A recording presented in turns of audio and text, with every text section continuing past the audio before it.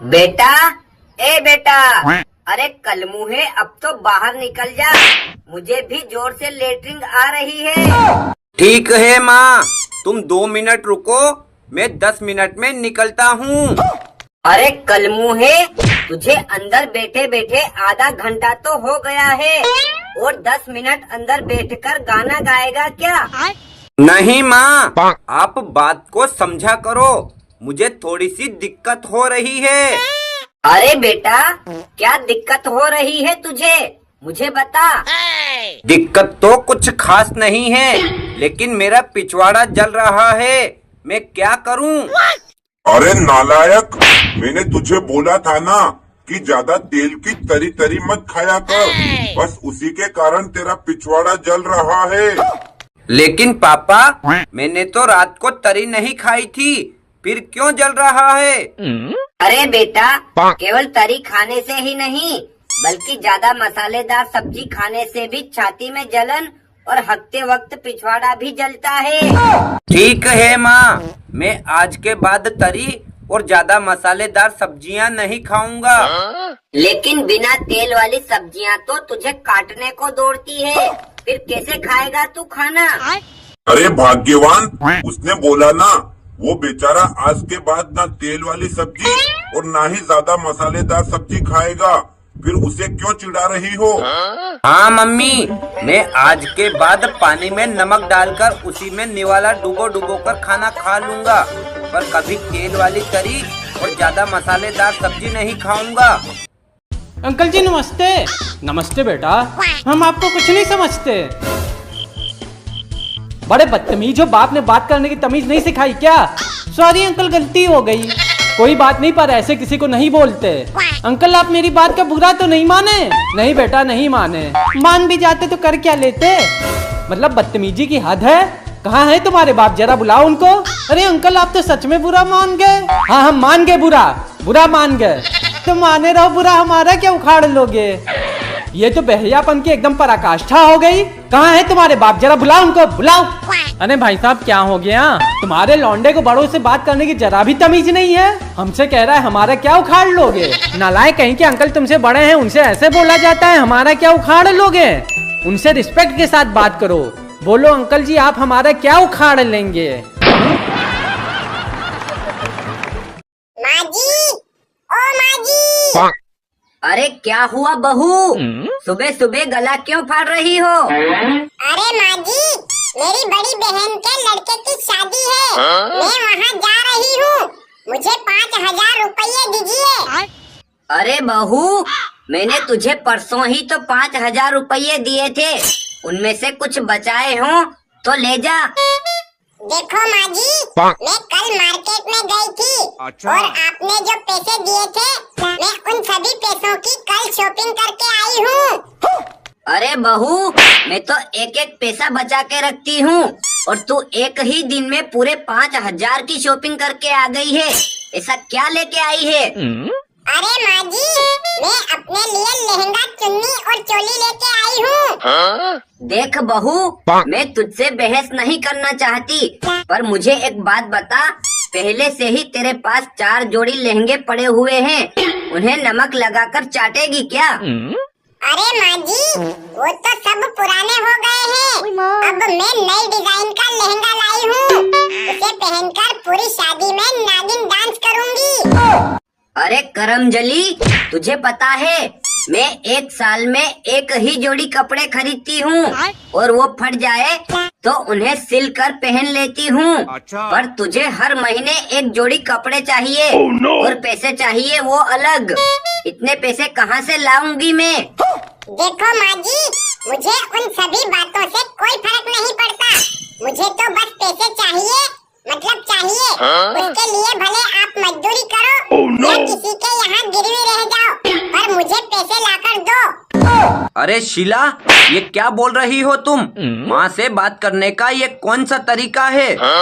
देखो जी, मुझे हर महीने 10,000 रुपये चाहिए, वो लाकर दो, वरना मैं तो माँ हूँ या बेटा, सभी से ऐसे ही बात करूँगी। देख, मैं सीधे सीधे बोल रहा हूँ तुझे, मेरे सामने कैंची की तरह जबान मत चला, वरना मैं तेरी जबान काट दूंगा। और आप भी ज्यादा कलेक्टर मत बनो, वरना मैं भी ईंट मार के आपका सिर फोड़ दूंगी। अरे बस कर कमीनी, ये ले अपना बैग और निकल जा हमारे घर से। अब इस घर में तेरे लिए कोई जगह नहीं है। देख बुढ़िया, तू भी ज्यादा कौवे की तरह काव काव मत कर, वरना तेरा गला दबा दूंगी। अरे बेटा, ये ऐसे सुधरने वाली नहीं है। एक काम कर, तू नाई को बुला के इसका मुंडन करवा दे, फिर ये ना तो ज्यादा बोलेगी और ना ही कभी घर से बाहर निकलेगी। देखो तो आए बड़े मेरा मुंडन करवाने वाले। मैं तुम्हें और तुम्हारे नाई सभी को एक साथ जेल में बंद करवा दूंगी। अब भी मैं प्यार से बोल रही हूँ, मुझे सीधे सीधे 5,000 रुपये दे दो, वरना मैं ऐसी महाभारत खड़ी करूँगी जो आप सोच भी नहीं सकते। ये ले डायन 5,000 रुपये और जा। अब तो पड़ गई तेरे कलेजे को ठंडक। मैंने एक एक पैसा बचा के रखा था और तूने रोज नए नए खर्चे कर करके सारा पैसा खत्म कर दिया है। अरे माँ, लगता है हमारे बरसों की इकट्ठी की हुई दौलत और जमीन जायदाद सब कुछ बिकवा देगी ये। इसके रोज रोज के खर्चे से तो हम कंगाल हो जाएंगे। एक काम करो, इसे मार कूट के भगा दो इसके मायके। देखो जी, आप भी ज्यादा कलेक्टर मत बनो, चुपचाप जाके झाड़ू निकाल करके पोछा मार दो, और हाँ, बर्तन भी मार देना, वरना मुझसे बुरा कोई नहीं होगा। अरे लहसुन, मैंने सुना है तुम बैंगन से शादी करने जा रही हो। हाँ, तुमने बिल्कुल सही सुना है प्याज भैया। देखो रानी, तुम हमको इस तरह भैया ना बोलो। ये कौन सी बात हुई? तुम्हें भैया नहीं तो क्या सैया बोलूं?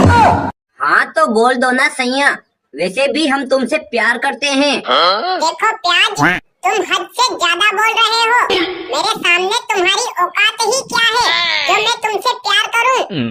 देखो, औकात की बात ना करो रानी, हमारे बिना तुम्हें इस संसार में ना मान ना सम्मान मिलेगा। देखो प्याज, मुझे तुम्हारे मान सम्मान की कोई जरूरत नहीं है। मैं अपने आप में एक बहुत बड़ी हस्ती हूँ। मैं जहाँ खड़ी हो जाती हूँ वहाँ मुझे देखने के लिए सारे पैसे वालों की लाइनें लग जाती हैं। देखो रानी, तुम इतना ना अकड़ो, तुम भी हमारी तरह एक मामूली सी सब्जी हो, कोई देश की प्रधानमंत्री नहीं हो। मैं कुछ नहीं बोल रही, इसका मतलब तू कब से बकर बकर किए जा रहा है। हाँ हूँ मैं देश की प्रधानमंत्री। अब बोल, क्या कर लेगा तू?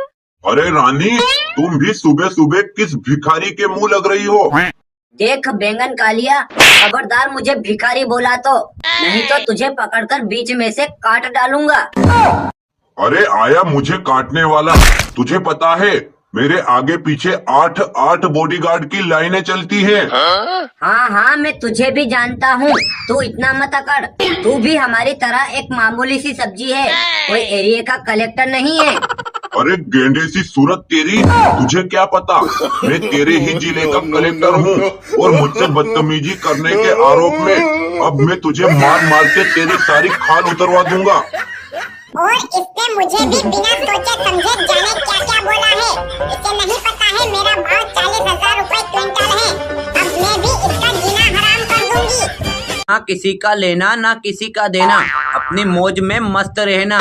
और वीडियो अच्छा लगे तो इसे लाइक और चैनल को भी सब्सक्राइब कर देना, और फिर रोज रोज ऐसे ही हंसते रहना। बहू, ओ बहू, क्या कर रही हो? कुछ नहीं माँ जी, थोड़ी सी खटाई खा रही हूँ। अरे बहू, खटाई खा रही हो मतलब बहुत जल्दी मैं दादी बनने वाली हूँ और हमारे घर एक छोटा सा सदस्य आने वाला है। अरे माँ जी, जैसा आप सोच रही है वैसा बिल्कुल नहीं है। रात को ज्यादा पी ली थी, दूसरी उतर नहीं रही है, बस उसे उतारने के लिए ही खटाई खा रही हूँ। अरे बहू, तू दारू पीती है, मुझे तो आज पता चला। आने दे मेरे बेटे को, आज तेरा सारा नशा उतरवाती हूँ। हाँ आने दीजिए माँ जी, मुझे उनसे डर नहीं लगता और मुझे दारू पीना भी उन्होंने ही सिखाया है। वो देखो आ गया मेरा बेटा। अरे बेटा, देख तो बहू कह रही है कि वो तुझसे नहीं डरती और उसको तूने दारू पीना भी सिखाया है। अरे नहीं माँ, वो तो मजाक कर रही है। उसे सर्दी खांसी बहुत जोर से हो गई थी और लोग कहते हैं कि दारू को उबालकर पीने से सर्दी खांसी दूर हो जाती है, इसलिए मैंने उसको एक घूंट जितना पिलाया था। अरे बेटा, इस दारू से सर्दी खांसी दूर होती है या नहीं ये तो मुझे नहीं पता, लेकिन दारू पीने से लोगों की सैकड़ों बीघा जमीन और लाखों करोड़ों की संपत्ति नष्ट हो जाती है। ठीक है माँ, मैं उसे समझा दूंगा, वो आगे से नहीं पिएगी। और गौरी, तुम भी खड़ी खड़ी मेरा मुंह क्या देख रही हो? जल्दी जल्दी खाना बना लो, खेतों पर चलना है। क्यों जी, अभी तो 8 बजी है और हमारे खाने का टाइम तो 11-12 बजे का है ना। अरे बहू, तुझे नहीं पता, अपने खेतों में सरसों पक गई है, उसे काटने चलना है। और फिर हम किसान लोग हैं, अगर 11 बजे 12 बजे खाना खाएंगे तो फिर खेतों में काम कब करेंगे? सुनो जी, देखो तो माँ जी मुझे खेत पर ले जाने की बोल रही है। मैं नहीं आऊंगी खेत पर, तपती धूप में काम करने से मैं काली पड़ जाऊंगी। अरे भाग्यवान, हम किसान हैं और हमारा गुजारा खेती से ही होता है। कुछ भी हो, लेकिन हमें खेतों में काम करना ही पड़ता है। देखो जी, आप मजदूर लगाकर काम करवा लीजिए, मैं नहीं आऊंगी, मतलब नहीं आऊंगी। अरे ये कैसी बदतमीज लड़की है, कब से बकवास किए जा रही है। मजदूर लगाकर काम करवाएंगे तो फिर उनका पैसा तुम्हारे बाप के वहाँ से लाकर दोगी क्या? देखो माँ जी, आप मुझसे बहस मत करिए, वरना मैं आपकी चोटी पकड़कर घसीट दूंगी। देख बदतमीज लड़की, तू भी बंदरिया की तरह ज्यादा उछल कूद मत कर, वरना मैं भी तेरा मुंह नोच लूंगी। अरे ये क्या कर रही हैं आप दोनों? सास बहू का रिश्ता तो माँ बेटी के समान होता है, फिर आप क्यों झगड़ रही हैं? मेरा सभी बहनों से निवेदन है कि वो अपनी सास को माँ समझें, और माताओं से भी निवेदन है कि वो भी अपनी बहू को बेटी समझें। घर में कभी क्लेश नहीं होगा। बिटिया, अरे ओ बिटिया, क्या है मम्मी? देखो आज तुम्हें लड़के वाले देखने आ रहे हैं। अगर वो पूछे तुम्हें खाना बनाना आता है तो कह देना हाँ आता है, लेकिन मम्मी मुझे खाना बनाना तो आता ही नहीं। चुप रह, जितना कह रही हो केवल उतना कर। अगर लड़के वाले पूछे दाल कैसे बनाओगी तो बोलना दाल धुल कर बर्तन में डालूंगी, उसमें पानी नमक मिर्च हल्दी मसाला डालकर गैस पर 20 मिनट पकाऊंगी। और अगर उन्होंने पूछा सब्जी कैसे बनाओगी तो क्या बोलूंगी? अगर पूछे सब्जी कैसे बनाओगी तो बोलना सब्जी धुल कर बर्तन में डालूंगी, उसमें पानी नमक मिर्च हल्दी मसाला डालकर गैस पर 20 मिनट पकाऊंगी। बहन जी, दिखने में आपकी बिटिया तो बहुत खूबसूरत है, अगर आप अनुमति दे तो कुछ सवाल पूछ लूं बिटिया से। अरे आपकी बिटिया है, जो मन हो वो पूछिए। बेटी ये बताओ, अगर तुम्हारे ससुर जी तुमसे नाराज हो जाएं तो तुम कैसे मनाओगी? माँ जी, ससुर जी को धुलकर बर्तन में डालूंगी, उसमें पानी नमक मिर्च हल्दी मसाला डालकर गैस पर 20 मिनट पकाऊंगी। सुनो, कहाँ जा रहे हो? ऑफिस जा रहे हैं। अच्छा, ऑफिस से आते समय पनीर लेते आना। ठीक है, ले आएंगे। अच्छा सुनो, इस समय तो पनीर महंगा हो गया होगा ना? हाँ महंगा तो हो गया है। तो लाने को रहने देना। ठीक है। लेकिन सब्जी भी तो महंगी हो गई है, महंगाई खाना है तो पनीर खा लेते हैं, तो आते समय आधा किलो लेते आना। ठीक है, ले आएंगे। लेकिन आज शाम को तो आपके मौसा जी भी आने वाले हैं, फिर उनके लिए भी पनीर बनानी पड़ेगी। हाँ बनानी तो पड़ेगी। फिर रहने देना, जब आपके मौसा जी चले जाएंगे तब पनीर बना लेंगे। ठीक है। लेकिन मौसा जी तो आज रात को ही चले जाएंगे, तब कल सुबह हम लोग पनीर बना लेंगे। एक काम करना, लेते आना पनीर। जैसा कहो। लेकिन कल सुबह तक तो पनीर बासी हो जाएगा। अच्छा, रहने देना। ठीक है।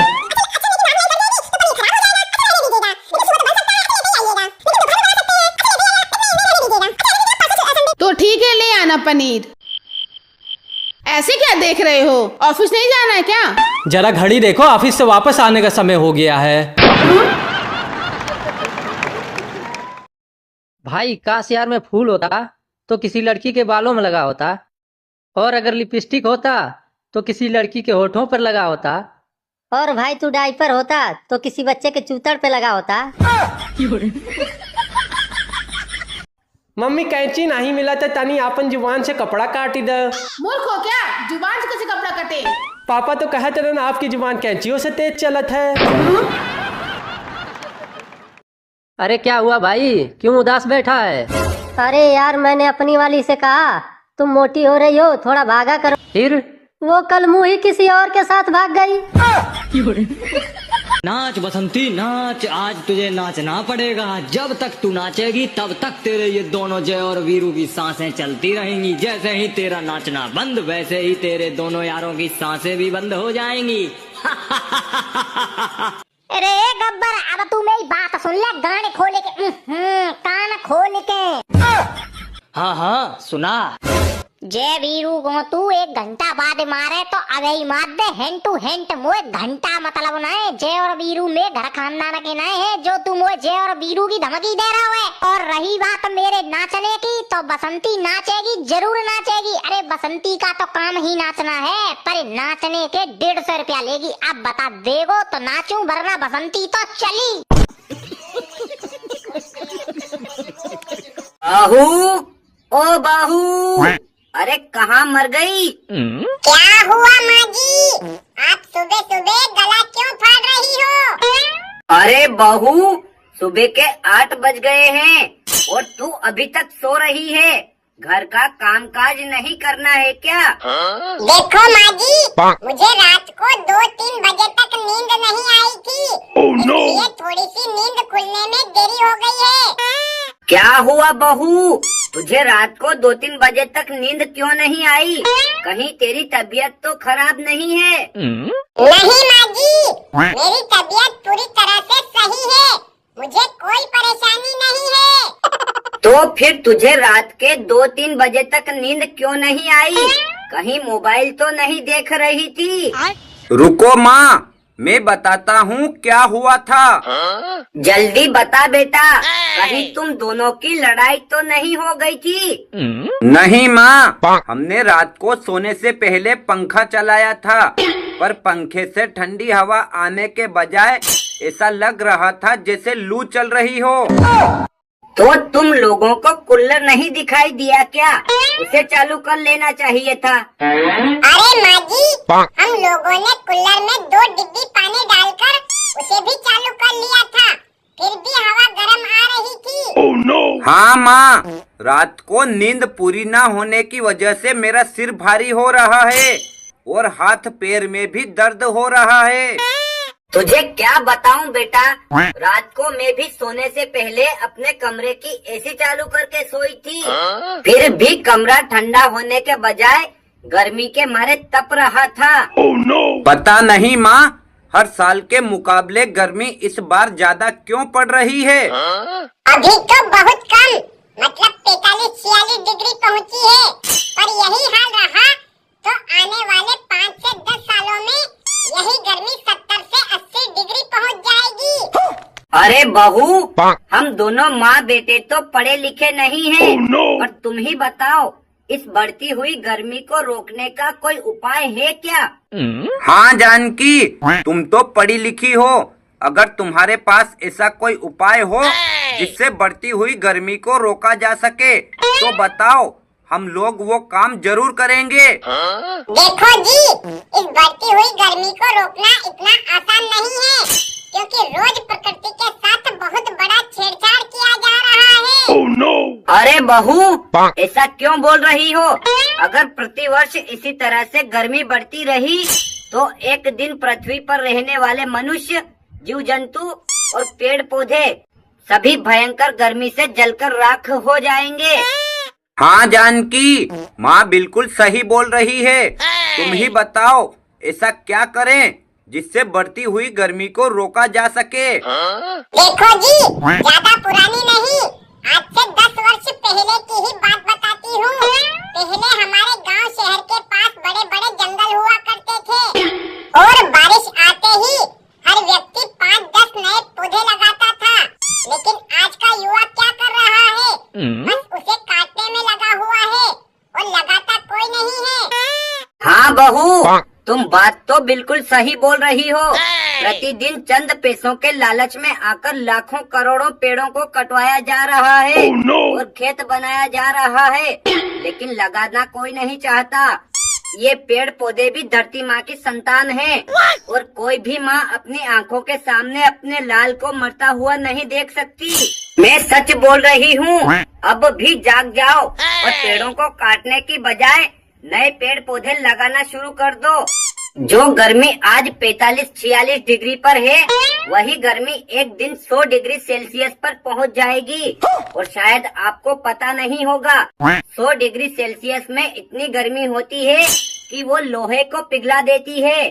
फिर हम इंसान किस खेत की मूली हैं? मेरा सभी भाइयों बहनों से हाथ जोड़कर निवेदन है कि कृपया करके कटते हुए पेड़ों को रोकने की कोशिश करें और प्रतिवर्ष बारिश आने के बाद हर व्यक्ति 5 से 10 नए पौधे लगाएं। दोस्तों, यह वीडियो अच्छा लगा हो तो इसे लाइक और उन लोगों के पास जरूर शेयर करें जो प्रतिवर्ष पेड़ काटते या कटवाते हैं।